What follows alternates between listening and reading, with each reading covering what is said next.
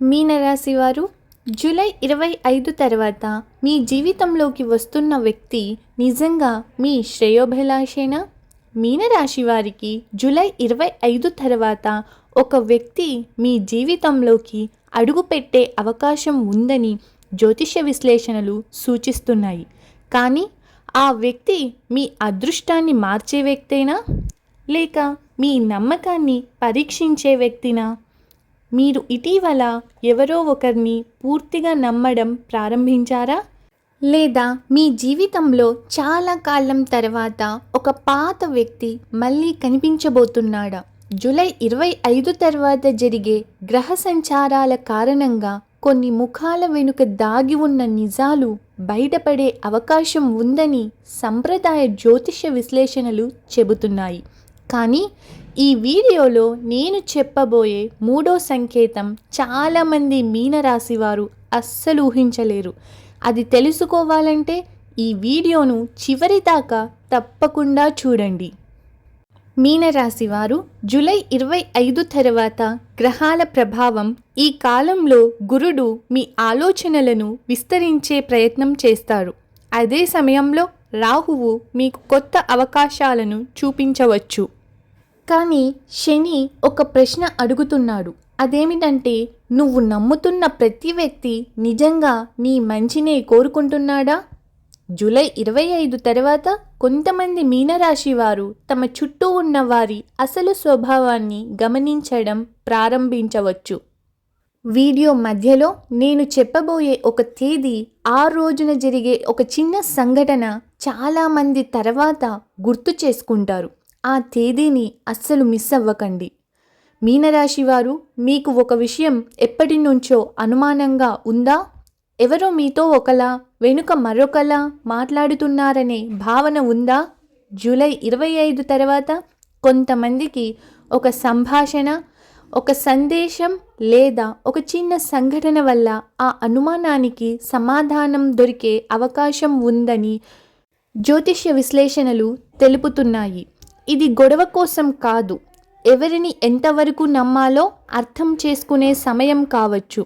కానీ మీనరాశి వారు సాధారణంగా అందరినీ నమ్మే స్వభావం కలిగి ఉంటారు. కానీ ఈసారి మనసు ఏదో చెప్పబోతోంది, పరిస్థితులు చెప్పేది మరొకటి కావచ్చు. ఈ సమయంలో ఒక చిన్న నిర్ణయం మీ ప్రయాణ దిశను మార్చే అవకాశం ఉంది. కొంతమందికి కొత్త ఉద్యోగం గురించి సమాచారం రావచ్చు. మరికొందరికి కొత్త నగరానికి వెళ్ళే ఆలోచన రావచ్చు. కానీ అసలు ట్విస్ట్ ఇప్పుడే మొదలవుతుంది. జూలై 29 నుంచి ఆగస్టు మొదటి వారం వరకు మీనరాశి వారు ఏ విషయంలో జాగ్రత్తగా ఉండాలో ఇప్పుడు తెలుసుకుందాం. మీనరాశి వారు జూలై 29 తర్వాత ఈ సమయంలో ఒక పాత స్నేహితుడు మళ్ళీ సంప్రదించే అవకాశం ఉంది. అలాగే కొత్తగా పరిచయం అయ్యే వ్యక్తి చాలా ఆత్మీయంగా మాట్లాడవచ్చు. జ్యోతిష్య విశ్లేషణల ప్రకారం కొత్త పరిచయాలు మంచివే కావచ్చు. కానీ వ్యక్తిని పూర్తిగా అర్థం చేసుకునే వరకు వ్యక్తిగత లేదా ఆర్థిక నిర్ణయాల్లో తొందరపడకపోవడమే మంచిది. మీ అంతరాత్మ ఇచ్చే సంకేతాన్ని కూడా వినండి. చాలా రోజులుగా ఆగిపోయిన ఒక పని అకస్మాత్తుగా ముందుకు కదిలే అవకాశం ఉంది. మీ ప్రతిభను గమనించే వ్యక్తి ఎదురవ్వచ్చు. చిన్న అవకాశాన్ని కూడా నిర్లక్ష్యం చేయకండి. కొన్నిసార్లు పెద్ద మార్పులు చాలా చిన్న ప్రారంభాలతోనే మొదలవుతాయి. ఇప్పుడు నేను చెప్పబోయే విషయం చాలా తక్కువ మందికి మాత్రమే వర్తించవచ్చు. కానీ మీ జన్మ నక్షత్రం పూర్వభాద్ర, ఉత్తరాభాద్ర లేదా రేవతి అయితే ఈ భాగాన్ని తప్పకుండా వినండి. అస్సలు మిస్ అవ్వకండి. మీనరాశి వారు ఈ సమయంలో మీ మనసు ప్రశాంతత కోసం వెతికే అవకాశం ఉంది. ఒక దేవాలయానికి వెళ్ళాలని అనిపించవచ్చు. పాత కోపాలను వదిలేయాలనే భావన రావచ్చు.